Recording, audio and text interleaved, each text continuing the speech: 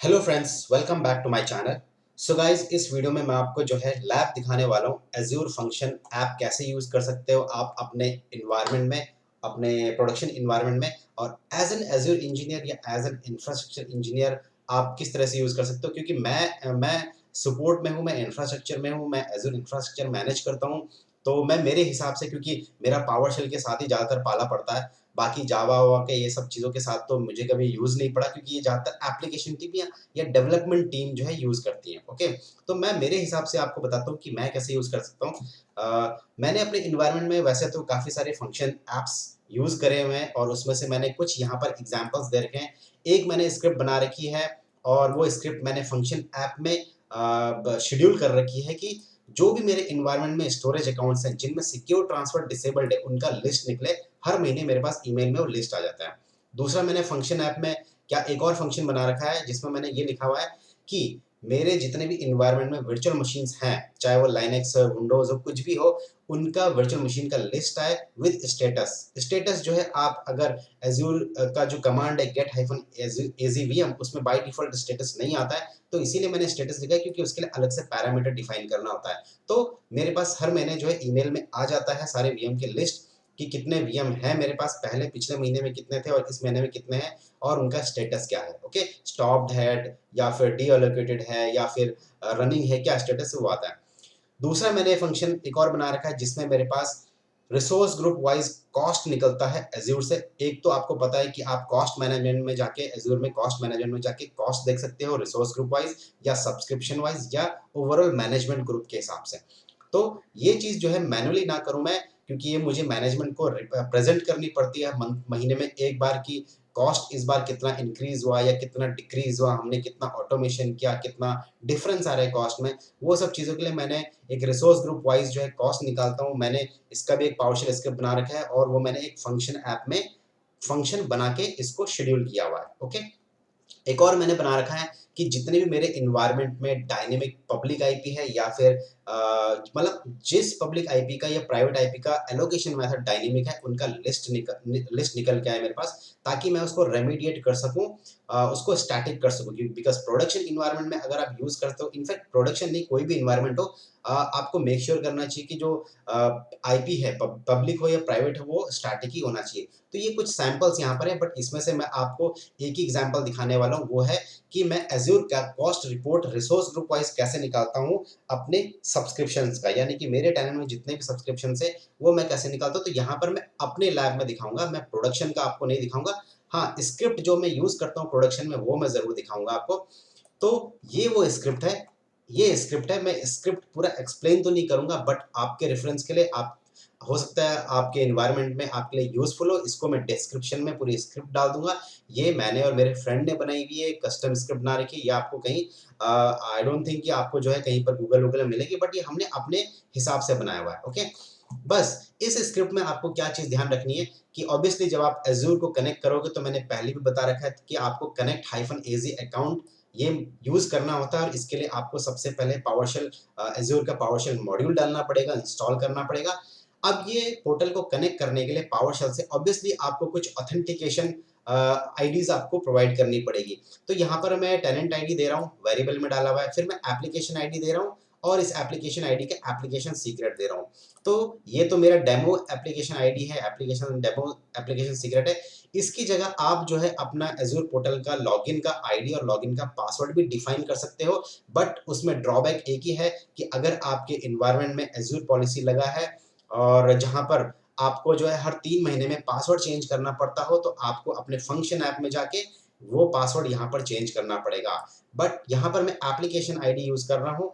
इससे बेनिफिट क्या है कि एप्लीकेशन आईडी में ये जो एप्लीकेशन सीक्रेट जो यूज हो रहा है इसको कनेक्ट करने के लिए, और ये जो आईडी यूज हो रहा है, तो आप इसको डिफाइन कर सकते हो 1 साल, 2 साल या नेवर के लिए, ताकि आपको फ्रीक्वेंटली पासवर्ड चेंज करना ना पड़े। ओके, तो प्रोडक्शन इन्वायरमेंट में बेटर बेस्ट वे है कि आप जो है एज्योर एक्टिव डायरेक्टरी में जाके ऐप रजिस्ट्रेशन करो, और उसका ऐप आईडी और एक सीक्रेट जनरेट करके आप अपनी स्क्रिप्ट में यूज करो, ताकि आप अपना आईडी पासवर्ड यूज ना कर सको। ओके, और उसके बाद फिर मैं यहाँ पर ये कुछ वेरिएबल्स डिफाइन कर रखे हैं। उसके बाद ये मैंने एक डायरेक्टरी पाथ दे रखा है, D home site www root temp Azure cost, और ये मेरा फाइल है जिसमें मेरा आउटपुट आएगा, जिसके अंदर मेरा डेटा आएगा। ये मेरा आउटपुट पाथ मैंने यहाँ पर डिफाइन किया हुआ है। ओके, इसके अंदर, इस लोकेशन में, इसके अंदर मेरा जो है फाइल यानी कि आउटपुट आएगा, रिसोर्स ग्रुप वाइज कॉस्ट आएगा। अब ये पाथ मैंने इतना लंबा क्यों मेंशन किया हुआ है, ये मैं आपको फंक्शन ऐप क्रिएट करने के बाद बताऊंगा।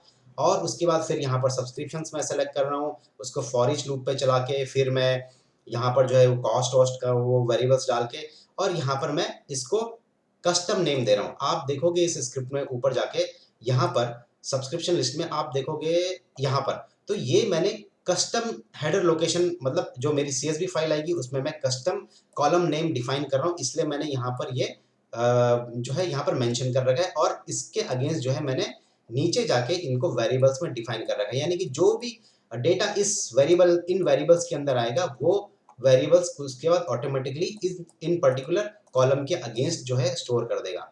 तो ये मैं आपको डेमो दिखाता हूँ। इसके लिए सबसे पहले मुझे क्या करना पड़ेगा, अपनी स्क्रिप्ट में ये तीन चीजें आपको चेंज करनी पड़ेगी। तो सबसे पहले मुझे किस टेनेंट में, किस सब्सक्रिप्शंस के, या फिर जिस टेनेंट में मेरे रिसोर्सेज है वहां का मुझे अगर डेटा निकालना चाहे, उसमें एक सब्सक्रिप्शन हो या मल्टीपल सब्सक्रिप्शन हो, तो मैं अपने पोर्टल में जाता हूँ और सबसे पहले मैं अपना टेनेंट आईडी चूज कर लेता हूँ। तो मैं एज़्योर एक्टिव डायरेक्टरी में जाऊंगा और यहाँ पर जो है टेनेंट कॉपी कर लेता हूँ, ये टेनेंट आईडी, और अपने यहाँ पर टेनेंट मेंशन कर देता हूँ। उसके बाद एप्लीकेशन आईडी है, तो मुझे application ID Azure active directory में यहाँ नीचे आएंगे, ऐप रजिस्ट्रेशन आएगा। ये ऐप रजिस्ट्रेशन का एग्जाम्पल मैं ऑलरेडी अपने ऐप सर्विस के वीडियोस में मैं दिखा चुका हूँ। अगर आपने मेरा ऐप सर्विस का ऑथेंटिकेशन और ऑथराइजेशन का वीडियो देखा होगा तो वहां पर मैं एक डेमो दिखा चुका हूँ ऐप रजिस्ट्रेशन का। अगर आपने नहीं देखा है तो वो वीडियो जाके देखिए। ओके, यहाँ पर मेरे पास फिलहाल कोई भी ऐप रजिस्ट्रेशन नहीं है मेरा जो बनाया हुआ है। मैं यहाँ पर एक न्यू रजिस्ट्रेशन करता हूँ और यहाँ पर जो है मैं डालता हूँ फंक्शन ऐप करके एक नाम दे देता हूँ, कुछ भी एक नाम देता हूँ जिससे मुझे याद रहे। और ये मैं सपोर्ट टाइप अकाउंट्स कुछ भी सेलेक्ट कर लेता हूँ, फिलहाल मैं डेमो के लिए यही सेलेक्ट करने देता हूँ और रजिस्टर पे क्लिक करता हूँ। तो गाइज बेसिकली फिर से बता देता हूँ, जो आपका ऐप रजिस्ट्रेशन होता है वो एक तरह से आपका सर्विस प्रिंसिपल या फिर आप एक तरह से सर्विस अकाउंट कह सकते हो। जिस तरह से आप ऑन प्रेमिसेस इन्वायरमेंट में एक सर्विस अकाउंट बनाते थे किसी सर्विस को एग्जीक्यूट कराने के लिए, सेम वे में आप यहाँ पर ऐप रजिस्टर कर सकते हो आपके जो भी सर्विसेज आपको यूज करनी है जिसमें ऑथेंटिकेट आपको करवाना है। ओके, तो ये आपका आईडी का एक तरह से सेकंड रेफरेंस है कि आप अपनी आईडी पासवर्ड ना डाल के ऐप रजिस्ट्रेशन का आईडी और सीक्रेट डाल सकते हो। तो अब मेरा ये ऐप रजिस्ट्रेशन मैंने कर दिया है और इसका यहाँ पर आप देख सकते हैं ऐप आईडी, क्लाइंट आईडी, इसको आपको कॉपी करना है और अपनी स्क्रिप्ट में यहाँ पर आपको डिफाइन करना है, यहाँ पर पेस्ट करना है। एप्लीकेशन सीक्रेट, किस आईडी का सीक्रेट अपने को जनरेट करना है, तो आपको यहाँ पर नीचे आएगा सीक्रेट्स एंड सर्टिफिकेट्स, तो यहाँ पर आपको क्लाइंट सीक्रेट्स के नीचे न्यूज क्लाइंट सीक्रेट करना है और यहाँ पर मैं एक नाम दे देता हूँ फंक्शन सीक्रेट करके। आप प्रोडक्शन इन्वायरमेंट में सिक्योरिटी के पॉइंट ऑफ व्यू से अगले 2 साल के लिए या 1 साल के लिए कर सकते हो या नेवर भी कर सकते हो, डिपेंड करता है आपके रिक्वायरमेंट के हिसाब से। बट डेमो के लिए फिलहाल मैं यहाँ पर 1 ईयर ही कर रहा हूँ। ऐड पे क्लिक करता हूँ। यहाँ पर एक चीज ध्यान रखना है कि जब भी आप ऐप रजिस्ट्रेशन करो और उसका सीक्रेट बनाओ, तो जैसे ही आप बनाओगे इमीडिएटली आप यहाँ से जो वैल्यू है इसको यहाँ से कॉपी करके किसी एक फाइल में स्टोर कर देना, क्योंकि इसके बाद अगर आपने पेज रिफ्रेश कर दिया तो आपका ये क्लाइंट, ये जो वैल्यू है ये हाइड हो जाता है, एस्ट्रिक हो जाता है। तो मैं आपको दिखा देता हूँ। मैं लेट से बैक जाता हूँ और यहाँ से जो मेरा ऐप रजिस्ट्रेशन है उसको ओपन करता हूँ, सर्टिफिकेट्स एंड सीक्रेट्स में जाता हूँ।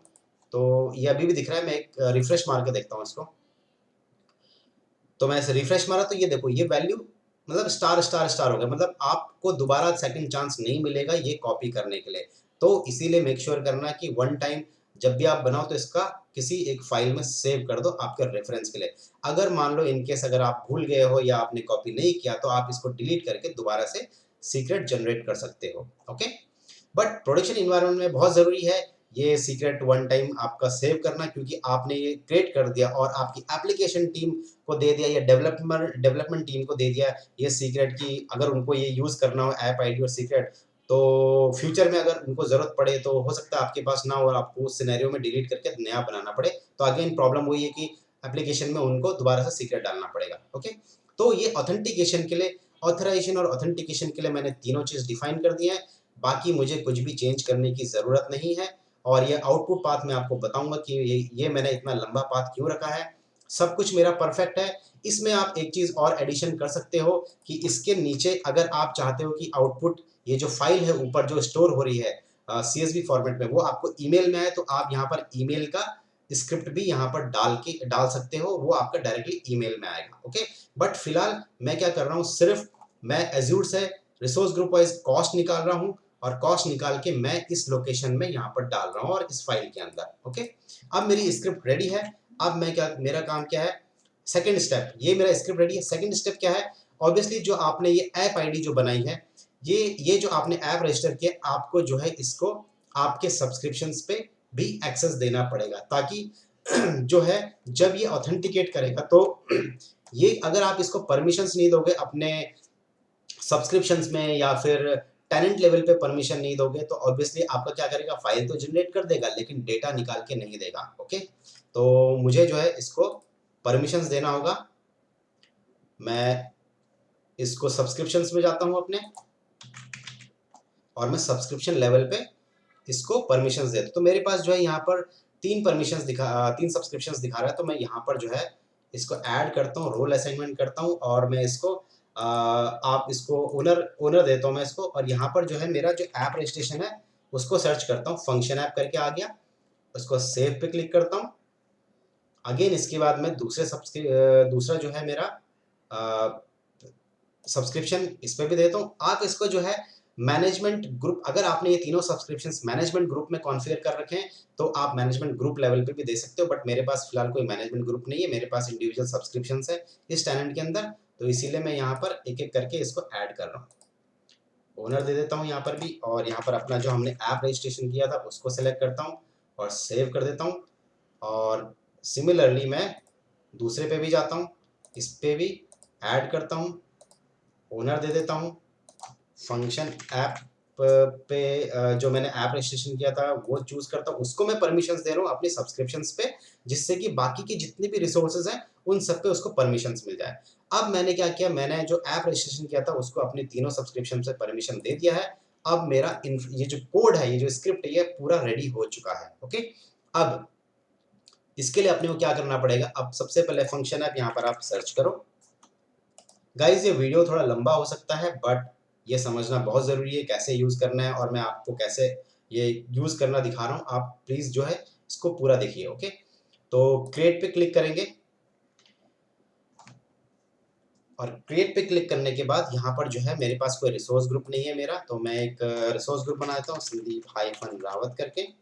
ओके करता हूँ, फंक्शन ऐप का नाम देता हूँ डेमो FA 00001। ओके, यहाँ पर आपको जो है रन टाइम स्टैक जो है आपको कौन सा स्क्रिप्ट आप जो है फंक्शन ऐप के थ्रू रन कराना चाहते हो वो आपको डिफाइन करना पड़ेगा, उस हिसाब से आपको रन टाइम स्टैक डिफाइन करना पड़ेगा। अगर आप फंक्शन जो ऐड करोगे इस फंक्शन ऐप में, अगर वो फंक्शन नोड जेएस में बना है तो नोड जेएस चूज करो, पाइथन में बना है तो पाइथन में चूज करो। मैं जो यूज कर रहा हूँ वो पावरशेल स्क्रिप्ट यूज कर रहा हूँ, तो इसलिए मैं पावरशेल कोड सेलेक्ट करूंगा, रीजन सेंट्रल यूएसए रहने देता हूँ, नेक्स्ट करता हूँ होस्टिंग में। इसको एक स्टोरेज अकाउंट लगता है, तो स्टोरेज अकाउंट आपको एग्जिस्टिंग है तो मैप करो, नहीं है तो एक नया बना दो।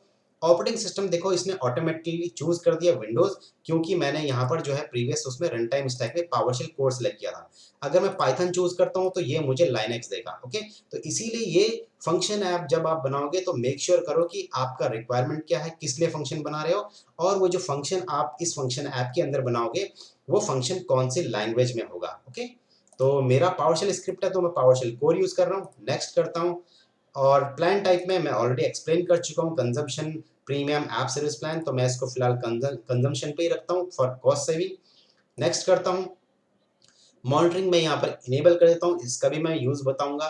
और नेक्स्ट करता हूँ और सीधा रिव्यू प्लस क्रिएट पे क्लिक करता हूँ, तो इसको जो है क्रिएट होने देते हैं एंड देन उसके बाद मैं वापस आता हूँ आगे का फंक्शंस कैसे ऐड करना है इसके अंदर। ओके, सो फ्रेंड्स मेरा जो है फंक्शन ऐप डिप्लॉय हो चुका है। मैं गो टू रिसोर्स पे जाता हूँ और इसमें आपको लेफ्ट हैंड पैनल में जो भी दिख रहे होंगे ये ऑलमोस्ट आपका ऐप सर्विस के जैसा ही है ये।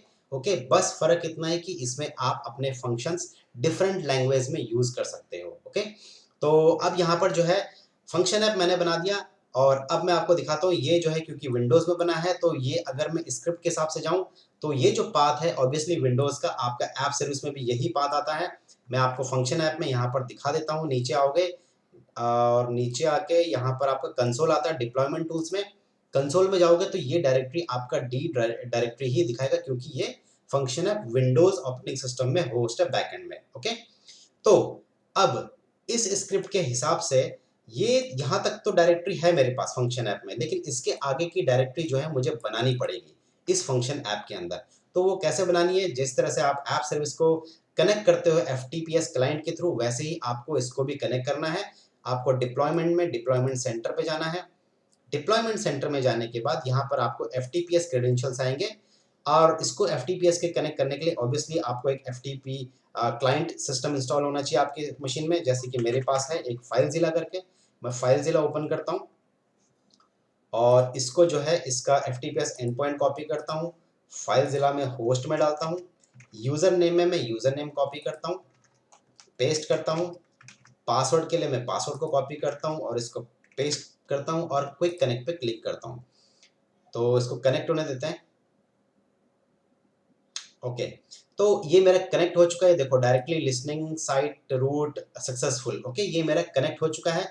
लेफ्ट वाले पैनल में मेरा लोकल डायरेक्टरी दिखा रहा है और राइट वाले पैनल में मेरा फंक्शन ऐप का ये रूट डायरेक्टरी दिखा रहा है। ओके, तो ये देख सकते हैं आप रूट डायरेक्टरी में इसमें कुछ डिफॉल्ट फाइल्स दिख रही हैं।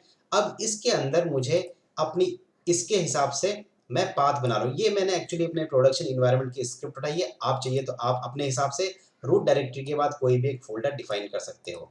तो मैं फिलहाल यही यूज़ कर रहा हूँ। मुझे उसके अंदर एक टेम्प बनाना है और टेम्प के अंदर एज़्योर कॉस्ट करके एक फोल्डर बनाना है। तो मैं फाइलज़िला में जाता हूँ, रूट डायरेक्टरी के अंदर ही हूँ मैं। यहाँ पर एक राइट क्लिक करके क्रिएट डायरेक्टरी, टेम्प और ओके। ये मेरा टेम्प फोल्डर बन गया। इसको मैं डबल क्लिक करके इसको ओपन करता हूँ और इसके अंदर मैं एक और डायरेक्टरी बनाता हूँ, एज़्योर कॉस्ट। ओके, ओके पे क्लिक करता हूँ।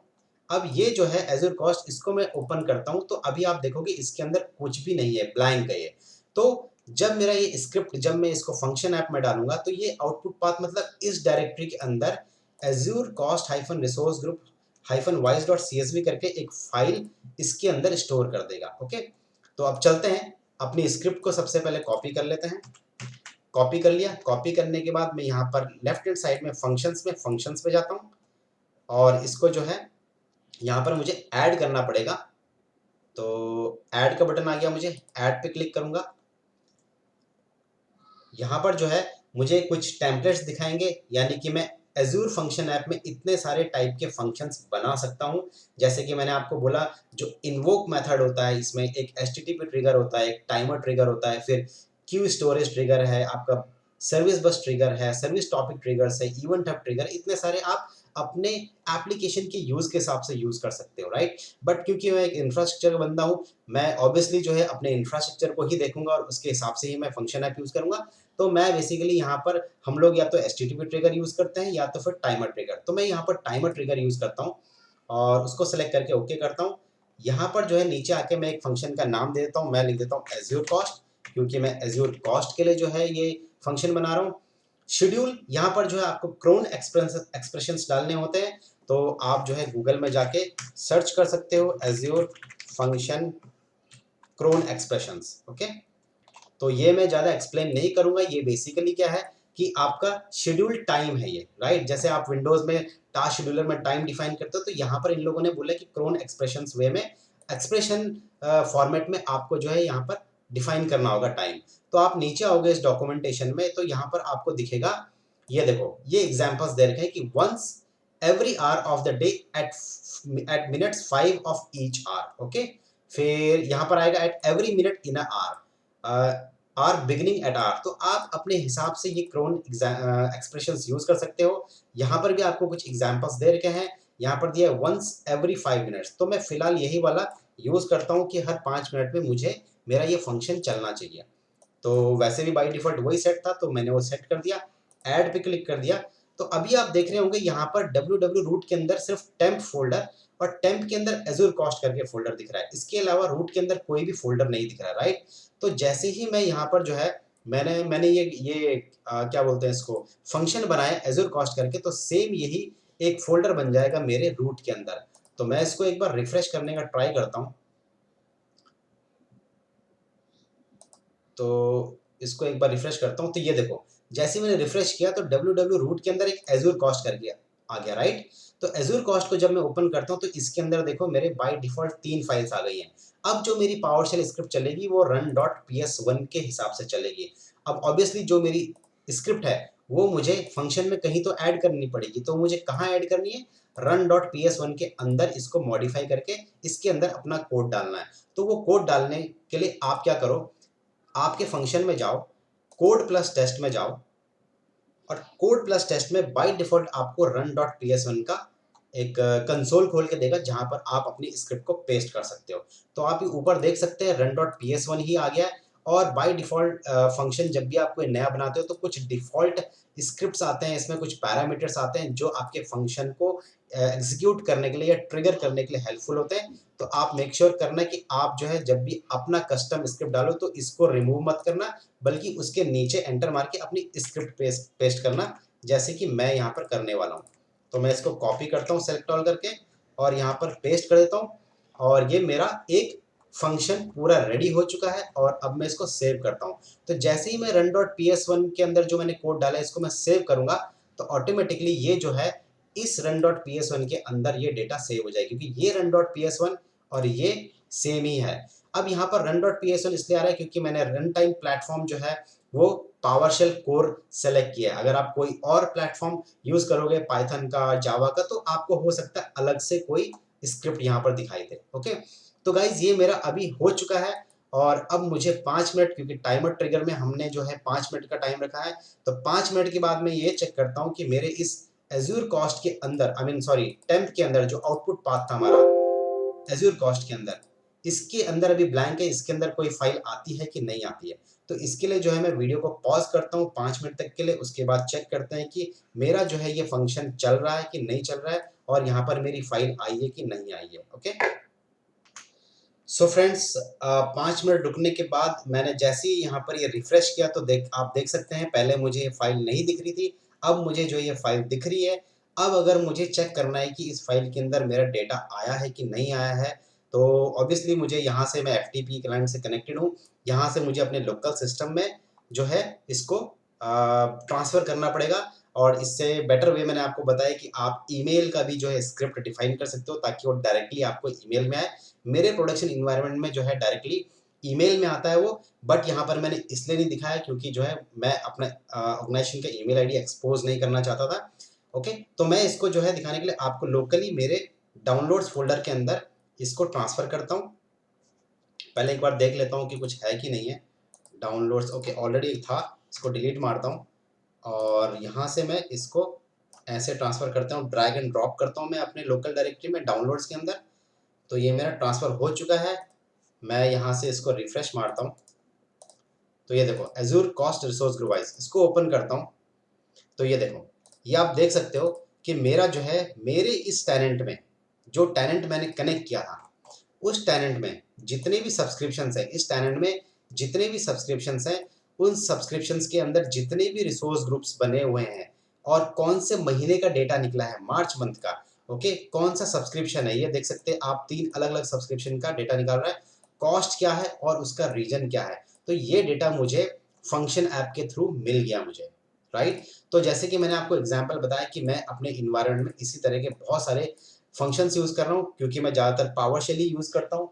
जावा, नोड जेएस या फिर पाइथन से मेरा कोई रिलेशन नहीं पड़ता, कोई रिश्ता नहीं है, कोई पाला नहीं पड़ता, क्योंकि ज़्यादातर ये लोग डेवलपमेंट टीम यूज़ करते हैं। अगर डेवलपमेंट टीम में किसी को अपनी नोड जेएस या पाइथन की स्क्रिप्ट रन करानी है तो वो अपने को बोलते हैं कि भाई अपने लिए एक फंक्शन ऐप बना दो और हमारा ये जो कोड है वो एक फंक्शन बना के होस्ट कर दो। Okay, but as an infrastructure या एज एन एज्योर इंजीनियर मैं ऑब्वियसली अपने इंफ्रास्ट्रक्चर के ऊपर ही काम करूंगा, और मैं मैक्सिमम 99% मैं जो है पावरशेल के ऊपर ही काम करूंगा। तो इसीलिए जो है मैंने आपको इसका डेमो दिखाया। तो ये जो है यही डेटा मुझे, अगर मैं ईमेल के पैरामीटर्स यहाँ पर अपनी स्क्रिप्ट में सबसे लास्ट में मैं अगर ईमेल के पैरामीटर्स या वेरिएबल्स डिफाइन कर दूंगा तो यही फाइल मुझे ईमेल के अंदर भी आ जाएगा। ओके, तो गाइज ये था एज्योर फंक्शन ऐप का डेमो।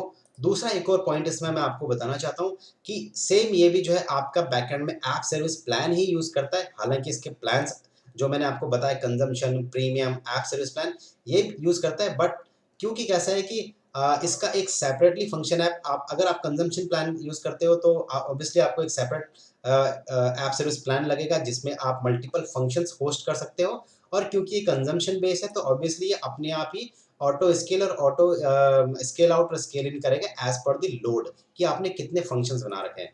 इसी तरह से मैं चाहूँ तो अब यहाँ एक चीज़ और कि इसमें जो है अगर आप कोई और फंक्शन ऐड करते हो, एक और फंक्शन ऐड करते हो, लेट्स से मैं मान लो एक और फंक्शन ऐड करता हूँ कि मुझे मेरे एनवायरनमेंट में जितने भी वीएम्स है लिस्ट आ जाए उनका स्टेटस, तो आप यहाँ पर एक ऐड करके एक और फंक्शन बना दो, राइट।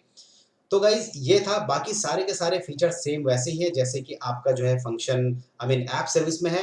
दूसरा मैं एक और बताना चाहता हूँ, जो स्टोरेज अकाउंट हमने बनाया था फंक्शन ऐप बनाने के टाइम पे, तो वो भी दिखा देता हूँ। बेसिकली वो जो स्टोरेज अकाउंट है, मैं अपने रिसोर्स ग्रुप में जाता हूँ, स्टोरेज अकाउंट में जाता हूँ, तो ये क्या करता है कि वो जो भी आपके फंक्शन ऐप के जो लॉग्स है उन लॉग्स को फाइल शेयर के अंदर डालता है। तो आप देख सकते हो यहाँ पर एक फ़ोल्डर की हायरार्की बनी रहेगी। देखो डेटा, इसमें डेटा में देखते हैं हम क्या है, फंक्शंस है, तो यहाँ पर मेरा सैंपल डेटा आ गया। ये सब ये देखो ये सब लॉग्स है आपके।